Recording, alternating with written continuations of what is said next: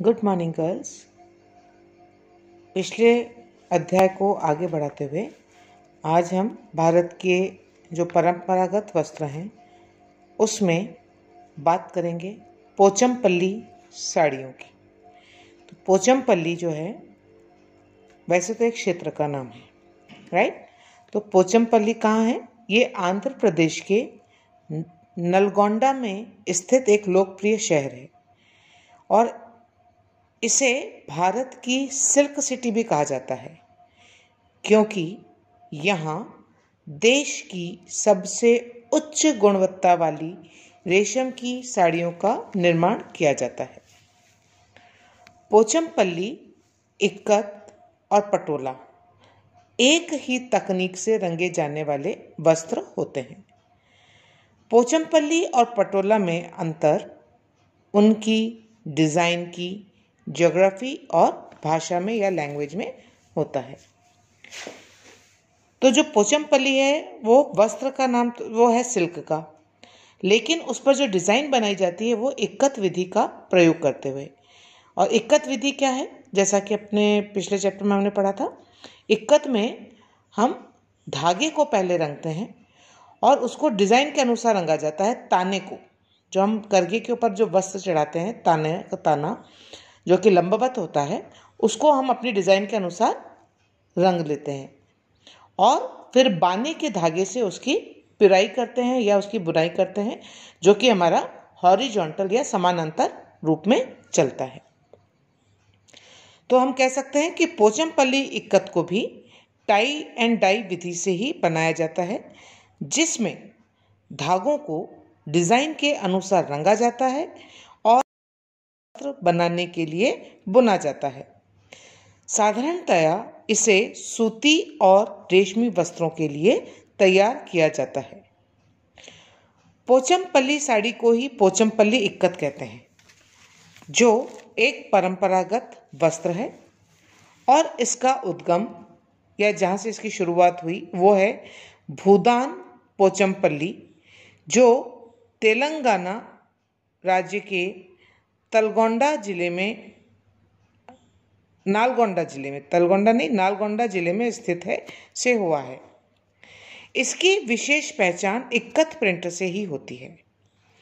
इन पर इक्कत विधि का उपयोग करते हुए अवरोधक डाइंग विधि से यानी रेजिस्ट डाइंग विधि से इनको रंगा जाता है। इक्कत यानी धागों को रंगने की क्रिया इसलिए भी की जाती है ताकि जो रंग है वे डिज़ाइन के अतिरिक्त पूरे कपड़े पर ना फैले। इसके परिणाम स्वरूप जो वस्त्र तैयार होता है उस पर विशेष डिज़ाइन और मोटिफ बनाए जाते हैं, जो कि इक्कत की विशेषता है। यही तकनीक पोचमपल्ली साड़ियों में थोड़े बहुत बदलाव के साथ अपनाई जाती है। पोचमपल्ली साड़ियों का प्रचलन 1800 ईस्वी से या सन 1800 के लगभग अधिक हुआ, या उस समय में इसकी प्रचलन में प्रसार में बढ़ोतरी हुई। इनमें अवरोधक डाइयों का, रेजिस्ट डाइंग का प्रयोग किया जाता रहा है। इस इक्कत का कार्य करने वाले कुशल कारीगर पोचमपल्ली में ही निवास करते हैं, जो 80 गांव का आंध्र प्रदेश में स्थित एक समूह है। इन कारीगरों के पास परंपरागत लूम या करघे हैं, जिनकी डिज़ाइन शताब्दियों पुरानी है। आंध्र प्रदेश के लगभग 10,000 परिवार इस बुनाई में भागीदारी निभाते हैं और ये क्षेत्र सिल्क सिटी के नाम से जाना जाता है। और इस कला की बारीकियां एक पीढ़ी से दूसरी पीढ़ी तक हस्तांतरित होती रहती हैं। जहाँ तक इन साड़ियों की या पोचमपल्ली वस्त्रों के रखरखाव की बात है, तो इन्हें ड्राई क्लीन कराना उचित रहता है, क्योंकि इस पर जो टाई एंड डाई का प्रभाव होता है वो लंबे समय तक इससे टिका रहता है ड्राई क्लीन कराने से। और यदि हम बार बार उनको वॉश करेंगे तो वो डिज़ाइंस हल्की हो जाती हैं। और ड्राई क्लीन कराने से रंग हल्के नहीं होते और टाई एंड डाई का प्रभाव लंबे समय तक उपस्थित रहता है। पोचमपल्ली का सालाना व्यापार हमारे देश में लगभग 10 करोड़ रुपए का है।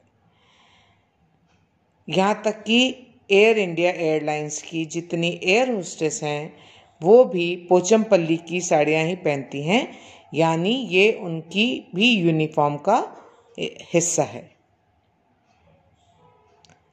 अगर हम इसमें विविधता की बात करें तो साड़ियों के अतिरिक्त पोचमपल्ली वस्त्रों का उपयोग सलवारों में, अनारकली सूट में, स्कर्ट्स में, लहंगों में आदि में भी किया जाने लगा है।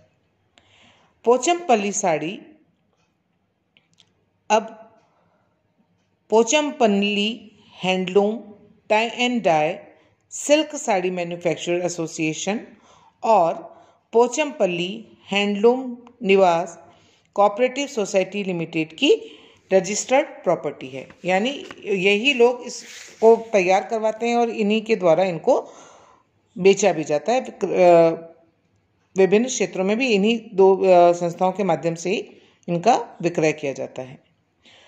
पोचमपल्ली इक्कत का कंटेम्पररी उपयोग इंटीरियर डिज़ाइन या सज्जा में भी होने लगा है। आज इस प्रिंट की चादर, बेड कवर, कुशन कवर, ओढ़ने के रग आदि भी बनाए जाने लगे हैं। पोचमपल्ली इक्कत वस्त्र के निर्माण के लिए ताने व बाने के धागों को डिज़ाइन के अनुसार रंगा जाता है और फिर बुनाई का कार्य करते हैं। भारत में इसे बातिक कला और मोम यानी वैक्स की मदद से बनाया जाता है।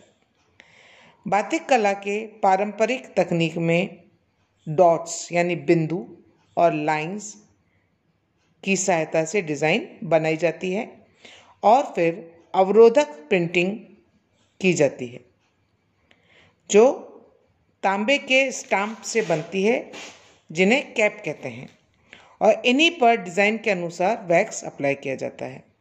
तो ये था आपका पोचमपल्ली वस्त्रों के बारे में विवरण, और इसी के साथ में हमारा ट्रेडिशनल टेक्सटाइल ऑफ इंडिया अध्याय समाप्त होता है। बाकी का हम जो आपकी ट्रेडिशनल जो नेक्स्ट चैप्टर है वो है आपका ट्रेडिशनल एम्ब्रॉयडरीज ऑफ इंडिया। तो इसके बारे में हम अपने अगले लेक्चर में बात करेंगे। तब तक के लिए गुड बाय।